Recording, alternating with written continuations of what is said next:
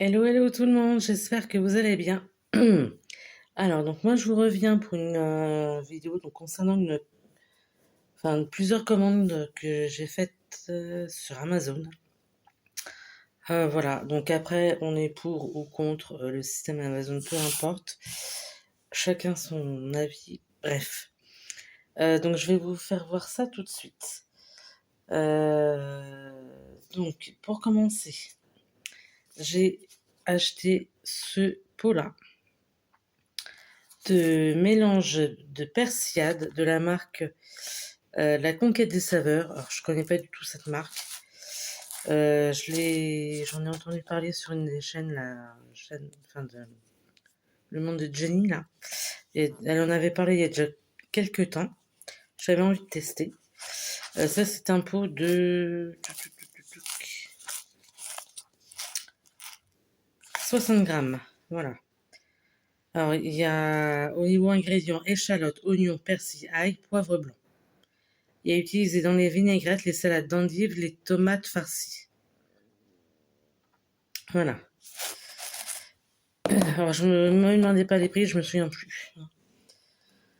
Ensuite, j'ai pris également ce pot-là. Donc, toujours la même marque, hein, la Conquête des Saveurs. C'est du paprika doux.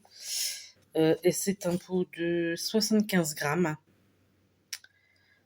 Donc, paprika hein, au niveau des ingrédients. Et l'utilisation parfume, la goulash, les ragoûts, les fromages frais et les farces. Voilà. J'essaie de faire, pardon, excusez-moi pour le bruit, de faire redescendre un peu. Hop, voilà. Donc voilà. Et ensuite, donc j'ai pris également ce pot-là, toujours la même marque, la Compagnie des Saveurs, c'est du persil en flocons. C'est un pot de 14 grammes. Donc évidemment au niveau des ingrédients, donc du persil, il est à utiliser dans les sauces et les salades. Voilà. Et ensuite, c'est des bouquins. J'en ai pris 4. Alors le premier, c'est celui-ci. Le livre de Mathias Malzieu, L'homme qui écoutait battre les cœurs des chats, aux éditions Albin Michel. Alors je vais vous lire le résumé. Tornado et June, deux chats consolateurs adoptés par des maîtres qui ont perdu un enfant à naître, se racontent. Une histoire de résilience joyeuse où, comment, en donnant sa langue au chat, Mathias Malzieu trouve un chemin de légèreté pour soigner le réel. Voilà. Alors j'aime bien la matière de la couverture, ça fait un peu doux.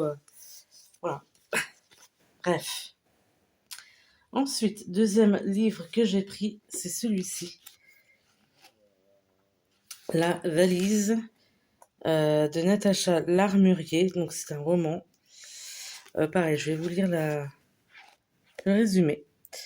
Août 1942, dans l'ancienne Tuilerie des Milles, transformée en camp d'internement pour juifs étrangers, une petite fille s'apprête à monter dans un bus, poussée par ses parents qui espèrent ainsi lui épargner le terrible sort qui les attend. Février 1984, à la mort de son père, facteur aux milles toute sa vie, Esther fait une étonnante découverte qui bouleverse toutes ses certitudes et la pousse à enquêter sur le secret bien gardé de sa naissance. Juillet 2015, à bord d'un train en direction d'Aix-en-Provence, Gabrielle, jeune enseignante d'histoire engagée dans un concours avec ses élèves, fait la connaissance d'Anna, une octogénaire qui refuse de se séparer de sa vieille valise et qui va l'aider à remonter le temps jusqu'aux jours les plus sombres de l'occupation. La valise est un roman choral qui retrace le parcours de ces trois femmes pour qui l'urgence est de comprendre le passé afin d'en transmettre la mémoire. Voilà. Ensuite, j'ai pris également celui-là. Hop. Alors, je vais vous enlever le bandeau là de pub. Vous verrez mieux le bouquin dans sa totalité. Voilà. Alors, donc c'est un livre de Antoine Renaud, La fille de Jonathan Baker, aux éditions HarperCollins. Alors, bon, peut-être que certains connaissent déjà hein, l'histoire ou l'ont déjà lu. Je vais quand même lire le résumé au cas où. Elle est la fille de l'un des pires tueurs en série emprisonnés. Elle fut enfant impliquée dans son mode opératoire. Elle a refait sa vie cherchant à oublier et à se faire oublier. Mais lorsque le sang se remet à couler, Jessica Baker se trouve de nouveau au cœur de l'orage. Voilà. Donc ça m'intrigue. Curieuse de savoir, de connaître un peu l'histoire, l'intrigue. Et ensuite, le quatrième et dernier livre que j'ai pris, c'est celui-ci. Voilà. Donc pareil, je vais vous retirer le bandeau pour que vous puissiez mieux voir le livre entièrement. Donc c'est un livre de Marie-Bernadette Dupuis. C'est une saga.